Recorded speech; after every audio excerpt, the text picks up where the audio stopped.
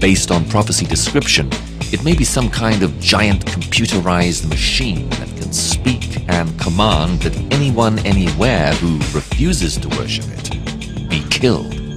And the king shall do according to his will, and he shall exalt himself and magnify himself above every god, and shall speak marvelous things against the God of gods.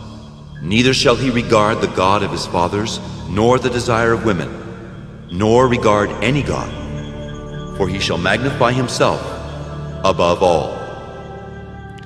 This is when the Antichrist insists that everyone receive the mark of the beast, perhaps a computer chip inserted in their forehead or an identification number in their hand, which permits them to buy or sell, and without which they cannot trade.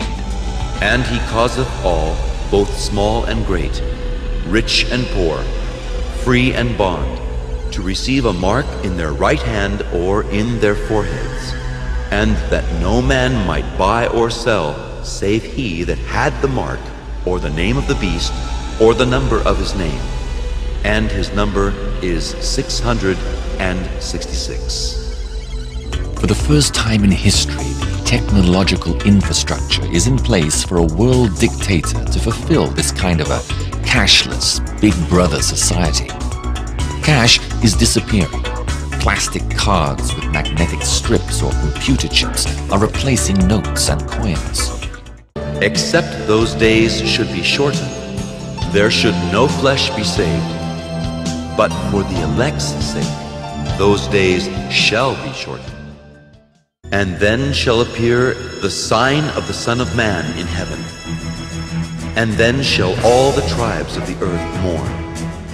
And they shall see the Son of Man coming in the clouds of heaven with power and great glory. And he shall send his angels with a great sound of a trumpet, and they shall gather together his elect from the four winds, from one end of heaven to the other. He gathers his followers who have remained faithful through the Antichrist's great persecution and literally takes them off the earth, meeting them in the air. His faithful out of the way, judgment begins on the Antichrist and his followers.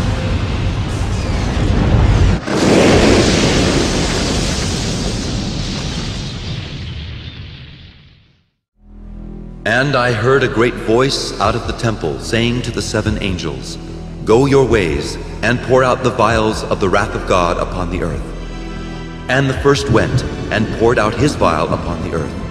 And there fell a noisome and grievous sore upon the men which had the mark of the beast, and upon them which worshipped his image.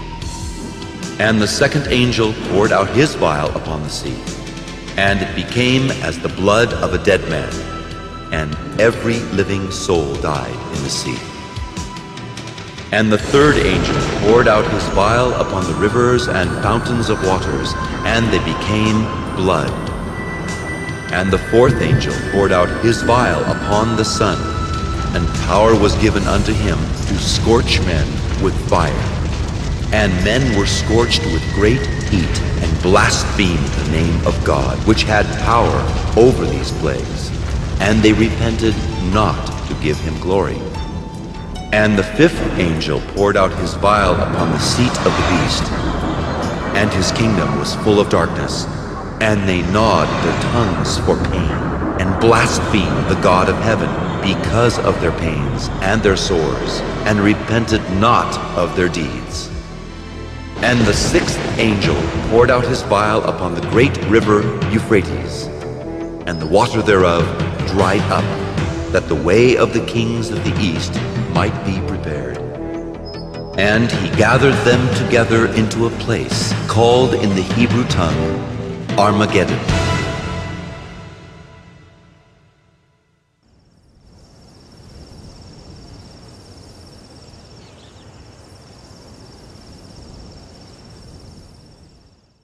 In heaven, the armies of the Lord prepare for battle.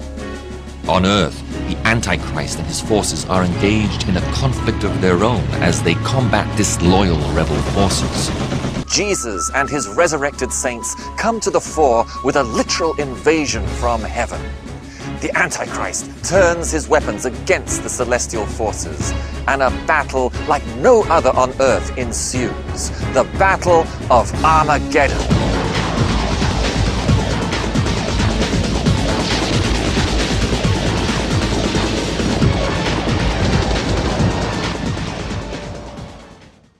The noise of a multitude in the mountains, like as of a great people.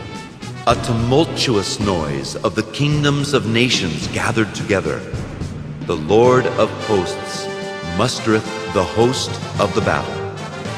They come from a far country, from the end of heaven, even the Lord, and the weapons of his indignation to destroy the whole land.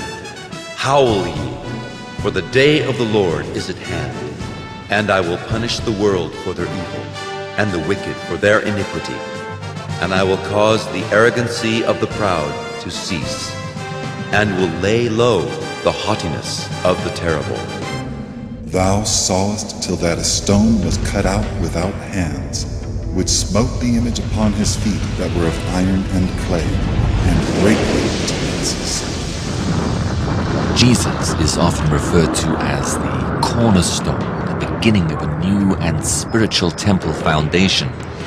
Just as the stone was cut without hands and came hurling to destroy the image in Daniel chapter 2, so Jesus, the Son of God, comes from heaven to lay a final blow to the Antichrist's kingdom.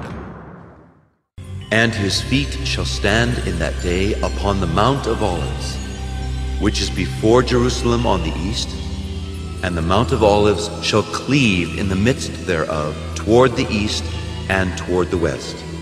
And there shall be a very great valley, and half of the mountain shall remove toward the north, and half of it toward the south. And the Lord shall be king over all the earth. It is said that one of the Muslim rulers of Israel remembered a prophecy from Muhammad in the Quran that when Jesus returns, he will enter in through the gate called Beautiful to take over the city of Jerusalem and reign as the King of Kings. This gate shall be shut, it shall not be opened, and no man shall enter in by it, because the Lord, the God of Israel, hath entered in by it. Therefore it shall be shut. And what about the last part of the prophecy found in the book of Daniel, after the rock smites the image? Then was the iron, the clay, the brass, the silver, and the gold broken to pieces together, and became like the chaff of the summer threshing floors, and the wind carried them away, that no place was found for them. And the stone that smote the image became a great mountain, and filled the whole earth. It shall break in pieces and consume all these kingdoms, and it shall stand forever. He shall judge among the nations, and shall rebuke many people.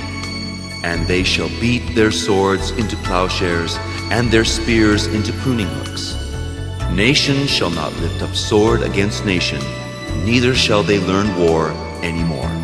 For the Lord hath broken the staff of the wicked, and the scepter of the rulers. The whole earth is at rest, and is quiet. They break forth into singing, and the parched ground shall become a pool, and the thirsty land springs of water, and the desolate land shall be tilled. And they shall say, This land that was desolate is become like the Garden of Eden. The wolf also shall dwell with the lamb, and the leopard shall lie down with the kid, and the calf and the young lion and the fatling together, and a little child shall lead them. And the cow and the bear shall feed their young ones, shall lie down together, and the lion shall eat straw like the ox. God will touch the entire creation. And in the millennium, everything will be under God and with God. And I believe also you'll see that it will affect the animals, it will affect the birds, it will affect every creature. They shall not hurt nor destroy in all my holy mountain. For the earth shall be full of the knowledge of the Lord, as the waters cover the sea.